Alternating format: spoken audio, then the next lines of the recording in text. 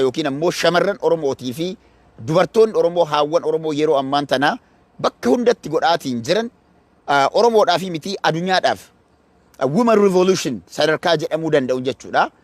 The women revolution jaarraa kana keessatti bara kana keessatti akka har'a Oromiyaa keessatti dubartoonni Oromoodhaa qabsoo dubartoonni Oromoo har'a godhaa jiran kana hanga umriin keenya jiru kana jechuudha. Hanga umrii keenyaa agarru kanatti wanti amma ji'oota laman dabre kana keessattuu booddeen ji'a tokko asitti qabsoon dubartoonni Oromoo godhaatiin jiran jijjiirama addunyaa keessatti fiduu qabsoo danda'u seenaa ajaa'ibaa dalaguu kan danda'u in the history of the world seenaa addunyaa keessatti jechuudha. Seenaa qabsoo addunyaa keessatti probably bara dubartoonni Ameerikaa World War lammaffaa booda dubartoonni Ameerikaa kunniin hirmaannaa misoomaa irratti godhuudhaaf yoo godhan malee dubartoonni Oromoo qabsoo dubartoonni Oromoo ji'oota lamaan dabre keessattuu ji'a booda irraa kan irratti godhan in the history of the world hin jiru.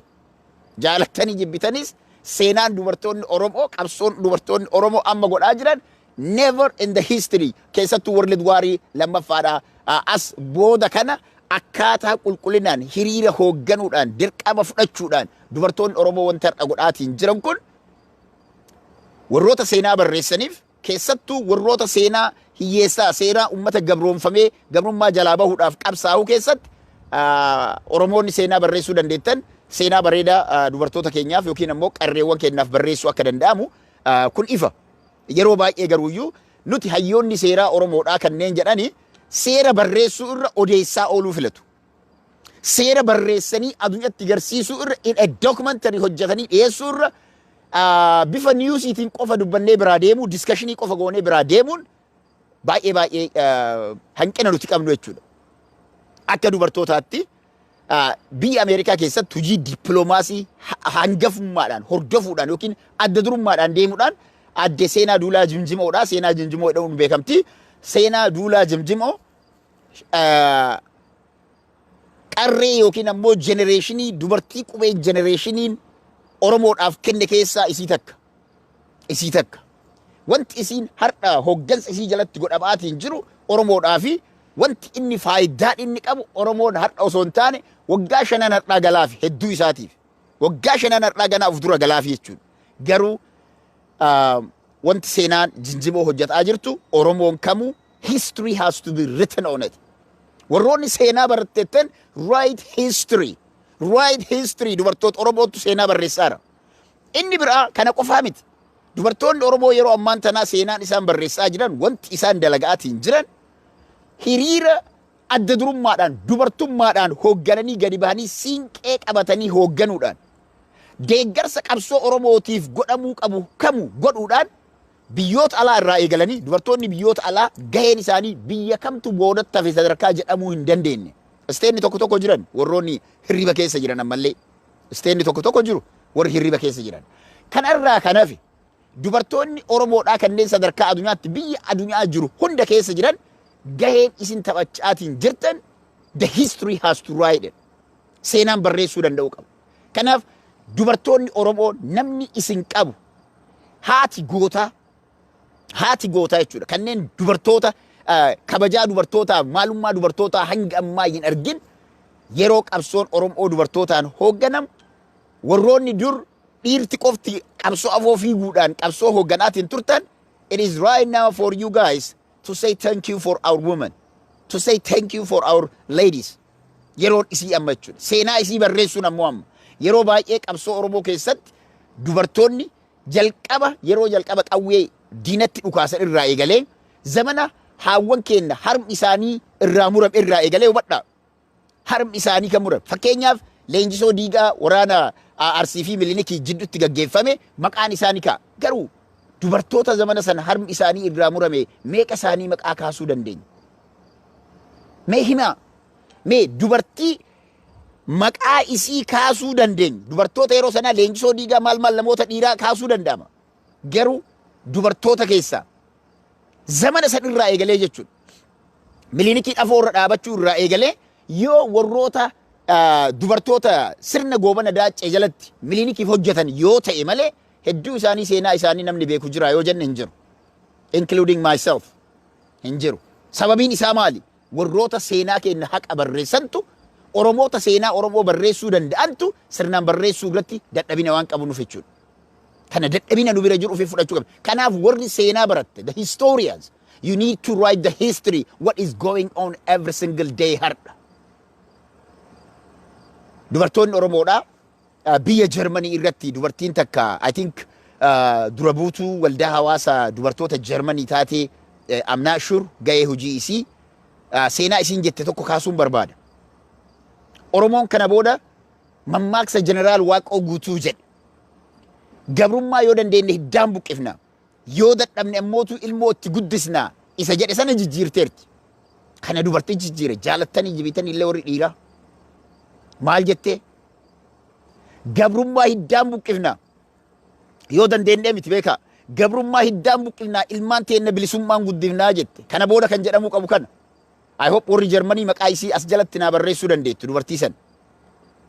Dubartii san OMN irratti I can go back and figure out maqaa isii dhuma irratti dhiyaattee gabrummaa hiddaan buqqifna ilmaan teenya bilisummaadhaan guddifnaa jette. This is history.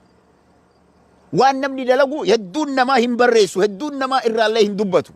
Kanaaf hawwan keenya hangas qabsoo Oromoo keessatti mammaaksa dur jeneraalonni keenya gabrummaa yoo dandeenye hiddaan buqqifnaa yoo dadhabne ilmootti guddifna jedhame sun amma sun akka hafu hawwan keenya murteessaniiran.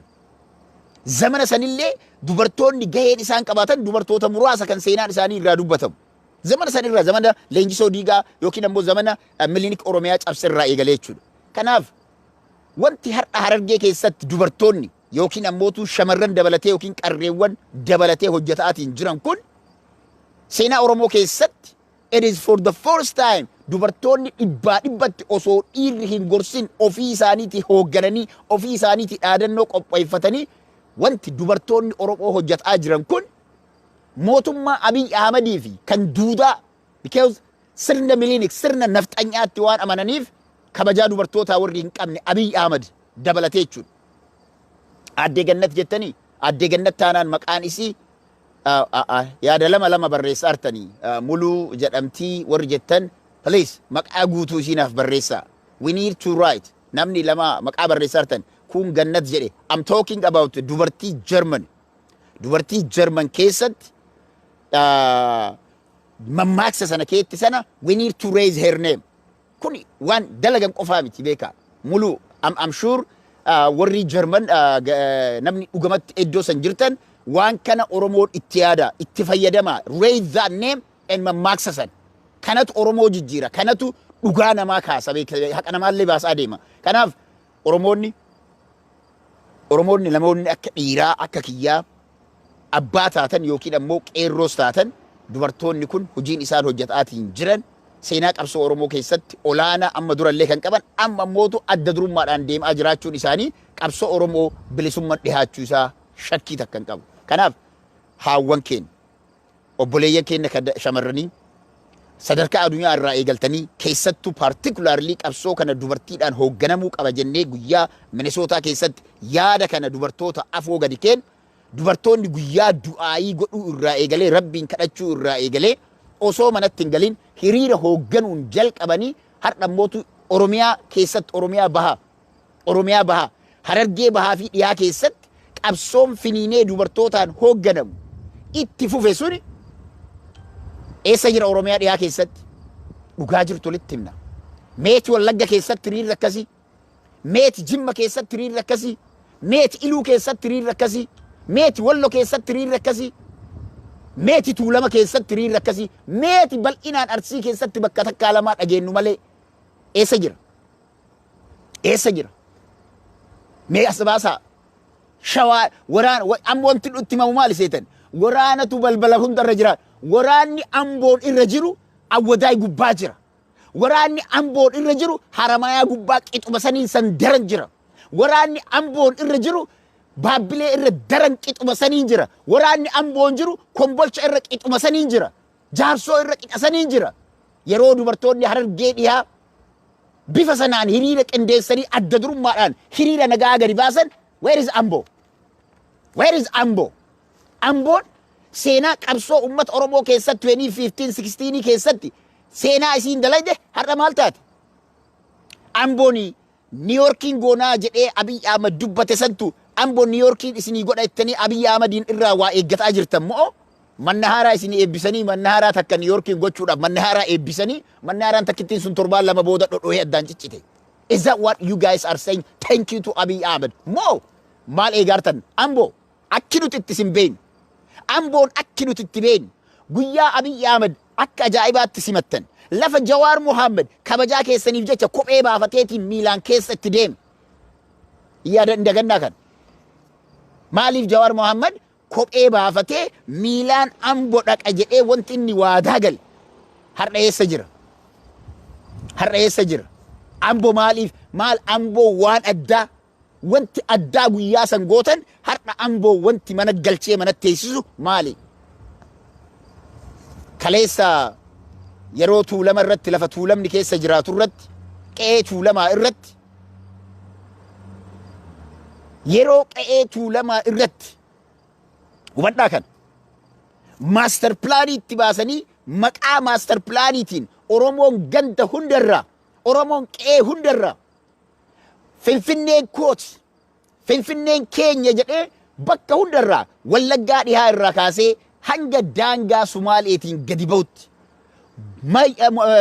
Mooyyalee irraa kaasee hanga Walloo raayyaan bahutti Oromoonni hundi isaa wal qabatee Finfinneen keenyaa jedhee gabrummaa ummanni tuulamaa irratti Abashaan takkaahu ammootu ilmaan nafxanyootaa irratti fe'uudhaaf deeman sana manaa gadi bahee bakka hundarraa akka kanniisaattu tuulama tuqamu jechuun mootii kiyyatu tuqame, qe'ee kiyyatu tuqame, mana kiyyatu diigame jedhee akka bakka hundaa lubbuu isaa kuma shanii hanga kuma jaatti eegalamtu yeroo gabaabduu keessa wareegee jijjiiramni Itoophiyaa keessatti akka dhufu godhe. Jijjiiramni Itoophiyaa keessatti akka dhufu godhe. Har'a mootu yeroo Harargeen dubartoonni Harargee adda durummaadhaan gadi bahaniitiin deeman meeti dubartiin tuulama. Meeti dubartiin Amboo, meeti dubartiin Gincii, meeti dubartiin Naqamtee, meeti dubartiin Gimbii, meeti dubartiin Giddaa, meeti dubartiin Iluu, meeti dubartiin Jimmaa. Eessa jirtan? Jirtu. Dhugamatti jirtu. Haacaaluun jirtu kan jedhe kanaani. Meeti dubartiin Arsii Bahaa, meeti dubartiin Arsii Dhihaa, meeti dubartiin Baalee, meeti dubartiin Gujii, meeti dubartiin Booranaa. Eessa jirtu? Jirtu. Jirtu. Haacaaluun hin du'e malee jirtu gaafii jettu isin gaafatee isin irra dhiisee isin biraa deeme beektu.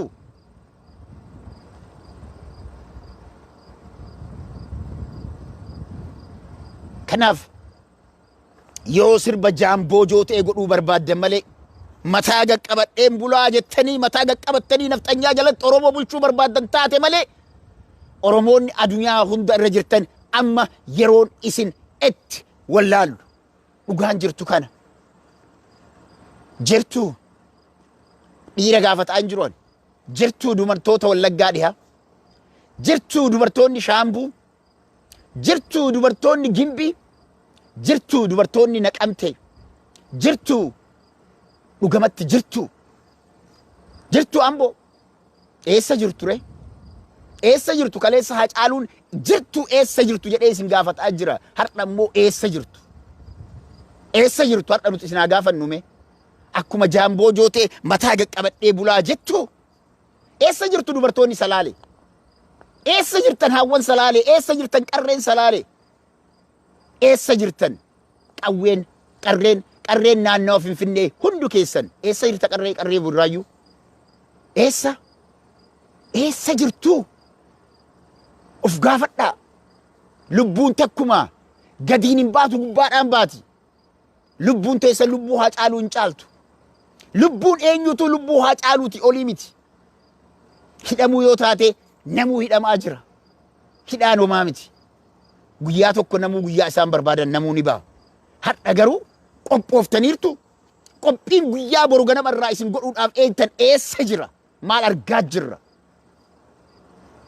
Jirtu. Jirtu dubartoota Oromoo. Jirtu hawwan Oromoo. Har'a wanti nuti hawwan Oromoo adda durummaadhaan bahuu qaban jennuuf siinqee kee qabattee kabajaa siinqee ni cabsa taanaan Abiy Ahmed sadarkaa addunyaatti jibbamaadha. Abiy Ahmed sadarkaa addunyaatitti maqaan isaa badeera. Abiy Ahmed dubartii siinqee qabattee deemtu gara fuunduun manatti illee du'uun isin irraa nafne. Yaa dubartoota Wallaggaa. Haati daa'imaa yeroo mana haakimaa deemtu hin ajjeefamne. Hin ajjeefamne. Haati daa'imaa mana haakimaatitti dahuudhaaf yeroo deemtu hin ajjeefamne. Dubartiin ji'a jahaaf Wallaggaa dhiyaa keessatti gaafii tokko malee mana isiin buna gurguramturraa kaadhaniitiin hin hidhamne. Oorruu isii keessatti daa'ima amata tokkoo osoo harma hoosistu hin ajjeefamne. Hin ajjeefamne. Maaltu har'a gabrummaa sana sirratti feesise? Maaf cal'iste? Ni jaalatte?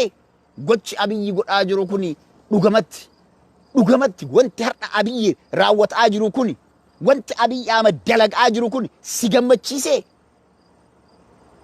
Cal'isuun bardeeggaruudha. Cal'isuun deeggaruudha. Kana sirriitti hubadhaa.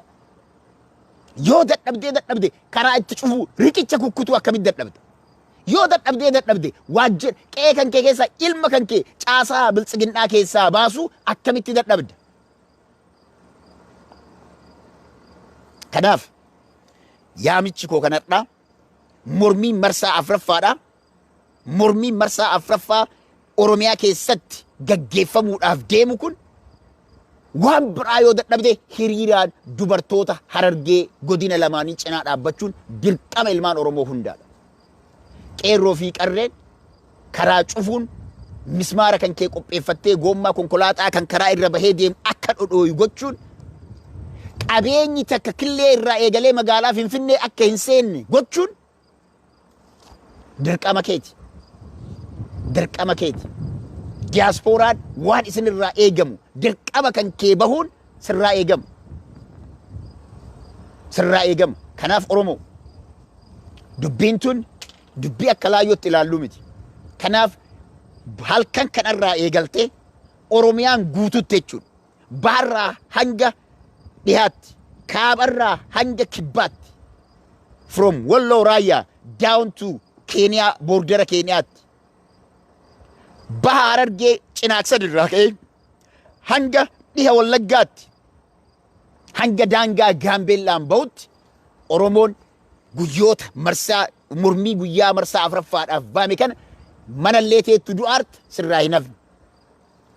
Manas teettu du'aa jirta sirraa hin hafne.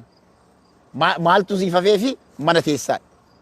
Wanti si hafe tokko hin jiru. Kanaaf hatattamaan gadi bahi mootummaa nama nyaataa ashkara nafxanyaa kan ta'e kan akka Abiy Ahmed kana ofirraa darbi. Kaayyoo Oromoo qabatee deemaa hin jiru. Waggoota lamaan har'aa barreeffama September 5 poosti godhe tokko yeroo argu yeroo sana keessatti Oromoon dhaabbilee siyaasaa isaa cinaa dhaabbatee hidhachiisee dhaabbilee siyaasaa kana mataa bakka takkatti walitti qabee yoo uf dura kan hin deemne taate Oromoon rakkoo guddaa itti as deemuudhaaf deemtu arguun baay'ee rakkisaadha. Ammaaf garuu rakkoon as mul'atu wanti sun ta'uun taanaan jechuudha. Waggoota lamaan har'aa dura kan poosti godhe deebisee sheer godheeraan. Yoo wanti sun kar'a hin dalagamne amma yeroo san hin dalagamne ta'e rakkoo Oromootti as deemaa jirtu namni argaa jiru hin jiru.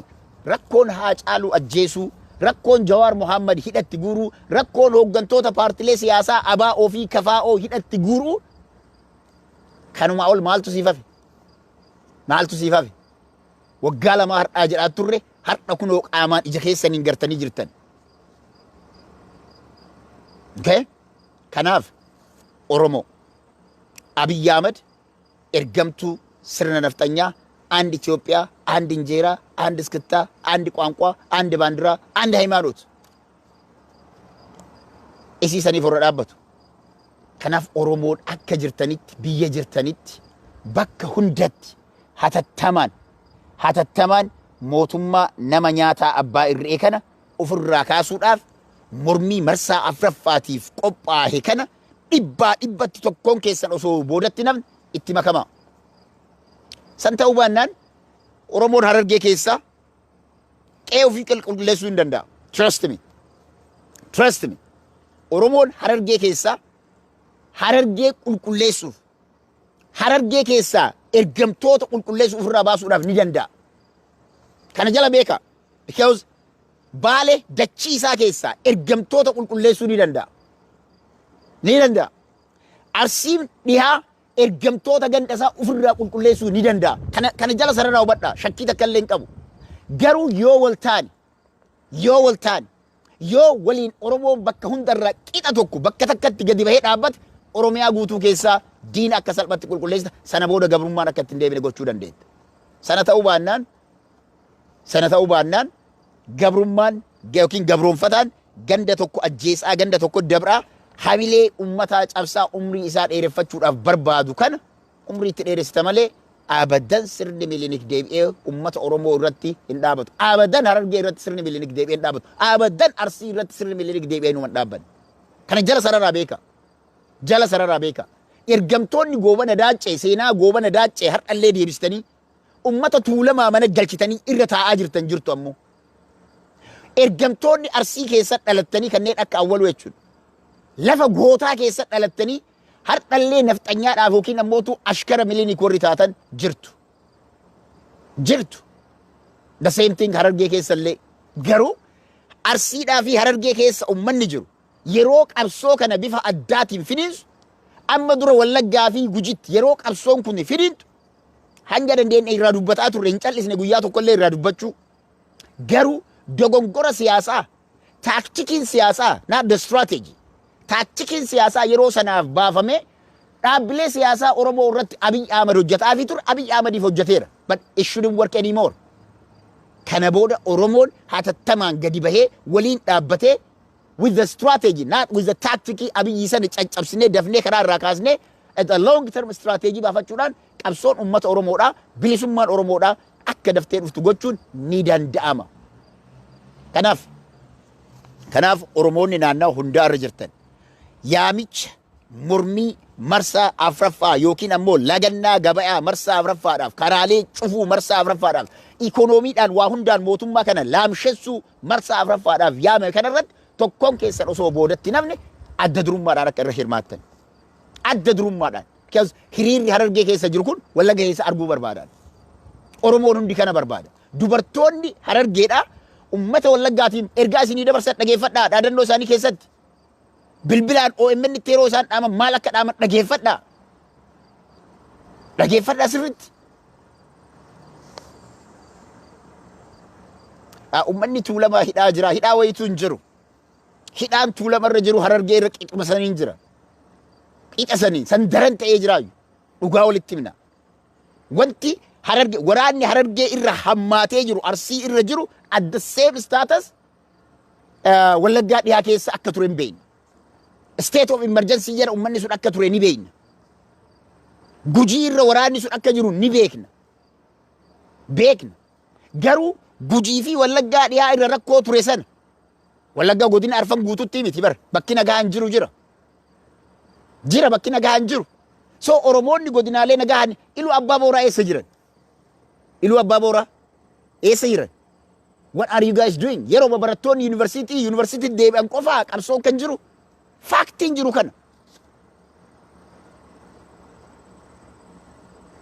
jiru kana. Kanaafi qabsoon ummata Oromoodhaa abadan akkuma dubartoonni Wallagga Jarman irraa dubartiin suni mammaaksa sana jijjiirte gabrummaa hiddaan buqqifnaa ilmaan keenya bilisummaadhaaf guddifnaa kan jette sun it is very clear kana sirriitti jala qabaa hubadhaa. Sirriitti qabadhaa kan. Diyaaspooraan kutateera. Oromoon diyaaspoora hundi isaa kutateera. No question. Bitamtoonni garaa ofiitiif bultu takka ammootu waan feete ta'uu dandeetti. Warroonni amma asirra deemanii quba gaggara galchanii fi waan godhanii wallaalan ammoo hedduutu jira. Miidiyaa kanarraa warri babarreessuu fi warri laayivii jala deemanii waan garagaraa warri godhu. Qilee seenaa kana booda Oromoon Feesbuukii irra dhuftanii waa barreessitanii kanaa keera bira kuteera Oromoon. Waan feetan barreessuu dandeettan. We don't care about amma yeroo kan I'll tell you this. Oromoon kutateera. Oromoon lubbuu isaa irraa waggoota 5 dura 2016 irraa eegalee lubbuu isaa irraa baheera. Gabrummaa jibbeera. Oromoo gabrummaa jibbe kana Abiy Ahmed abadan gabrummaa jala hidhuu hin dandeettu. Gabrummaa jala kan jiru sammuu Abiy Ahmed. Sammuu Abiy Ahmeditu gabrummaa jala jira. Seenaa Milinik Faarsaa, seenaa gabroonfataati kun, gabraati kun. Seenaa Haile Sillaasee, seenaa gabraati kun. Okay. Rakkoo neetworkii wayitu jira. So Yeah, that's a huge network issue.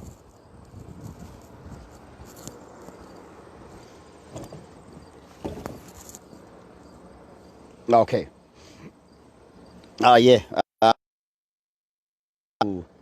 Jira garuu 5G dha. Networkiin ani qabu. Sometimes distraction jidduudhaan dhufu waan garagaraa ni kukkuta. Tunis qaama qabsoo keessaa waan ta'eef network jedha malee yeroo baay'ee jidduudhaan warra bilbilutu jira. Warri sammuu qabdanii fi hin bilbilina yeroo dhiirti hojii irra jirtu. Amma dubartoonni qabsoo lafarratti dubartoonni nu fudhatanii tan miidiyaa irraa tan at least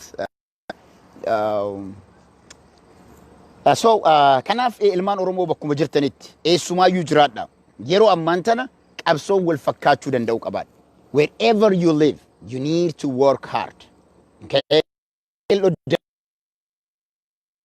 Hatattamaan Oromoon soo isa gabbarin nafxanyaan gabbarin hoolaa kee dhadhaa kee figeessitee aannan kee fiddee ittiin gurgurin dhugi torbaan guyyoota hanga ta'ee kana ilmaan kee obaasi.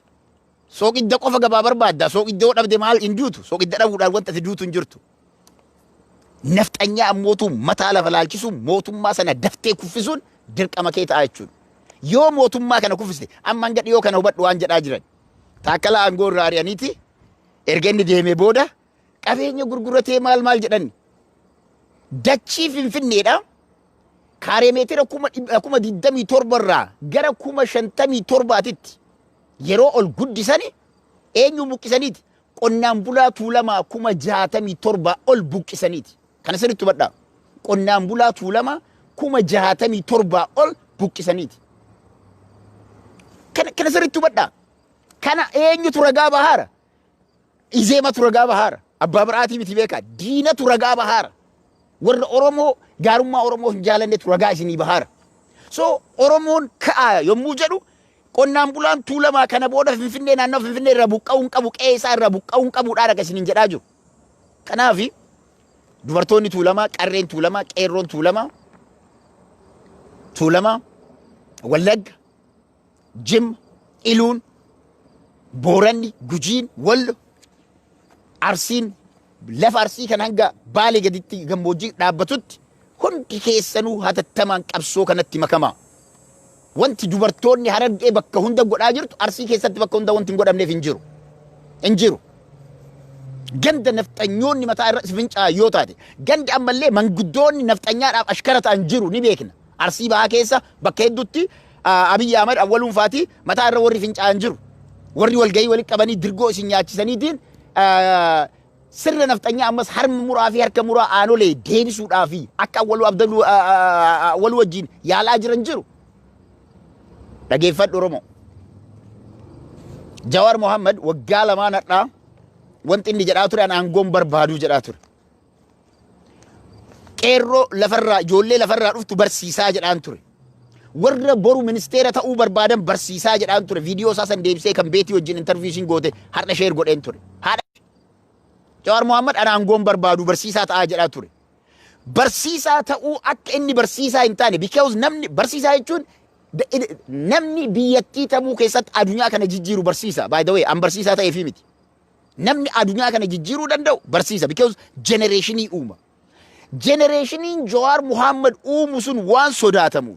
Jawaar Mohaammed yookaan ajjeefamu yookaan hidhamu yookaan ammootu carraa inni waa barsiisu akka hin arganne gochuudha wanti irratti nafxanyoonni hojjetaa jiran Abiyyi Ahmad waliin ta'anii. Kanaaf Oromoo qalbiin dhabin. Jawaar Mohaammed halkanii guyyaa qabsooftee hatattamaan hidhaadhaa baasuun dirqama keeti. Abbaa biraatii miti. Jawaar Mohaammed ilma isaa dhiisee Ameerikaa dhiisee biraa deeme. Jaartii isaa dhiisee biraa deeme. Siif jecha hidhame. Siif jecha hidhame. Biddeena takkittii eessattuu nyaatee ni bula. Qixxaa takkittii nyaatee buluu danda'ama. Eenyullee jechuudha.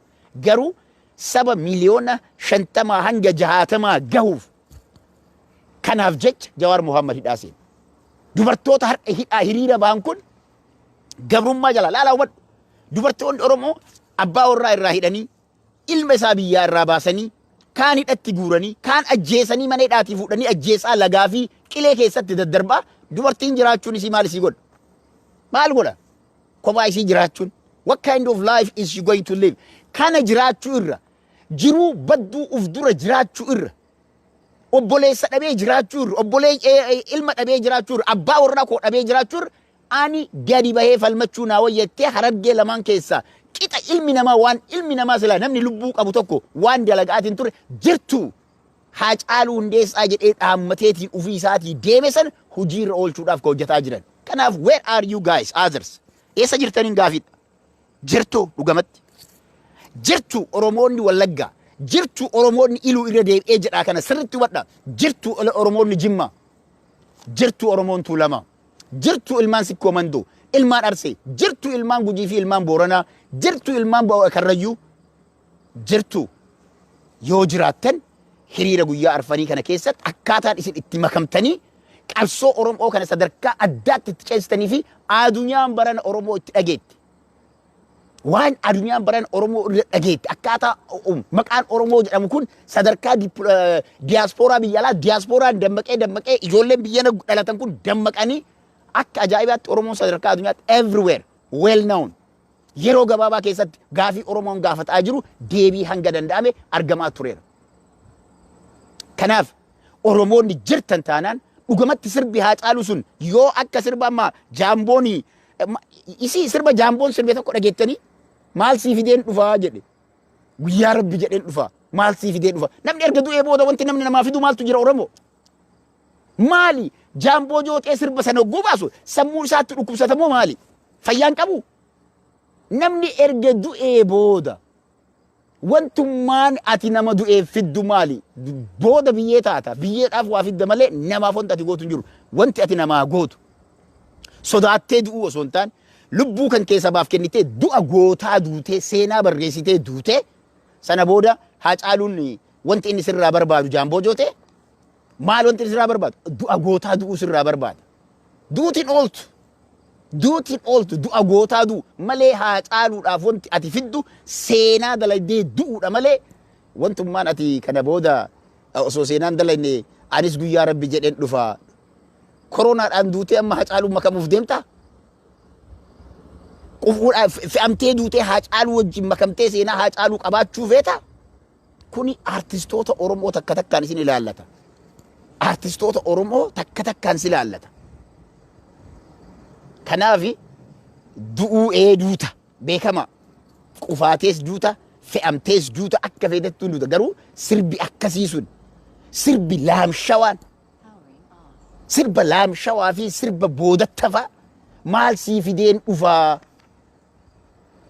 jedhamee akkasitti sirbamu suni ajaa'iba jedhani sirba akkasii nama du'ee maal fiddee dhufta gootummaan du'i Haacaaluun san sirraa barbaada jirtu siin jedhee jira mataa qaqqabadhee jiraadhaa jedhe akkas taatan taanaan Oromoonni sirba isaa san dhageeffatanii bakka hundatti mataa qaqqabatanii bilisummaa waan jedhuun hin eeggatina garuu Wallagga keessatti hanga takka nafxanyoonni sababa woboon bosona keessa jira jedhamee fi Wallagga keessa deemanii ummata Wallaggaa irratti nafxanyaan miidhaa guddaa gaggeessuu hin dandeenye Harargeen illee amma of kabachiisa Arsiin of kabachiisa kana sirriitti beeka Wallo of kabachiisa yeroo hedduu of kabachiise Wallo sirriitti beeka amma wanti ta'uu gargaaru ganda gandaan kabajaa ofitti horachuu osoo hin taane akka Oromootitti kabajaa ofii waratutti nurraa eegama. Kanaaf hiriira yookiin mormii amma gaggeeffamu kana hundi keessan osoo boodatti nafne qe'ee keessan irraa eegalaatii qe'ee keessan qulqulleeffadhaa.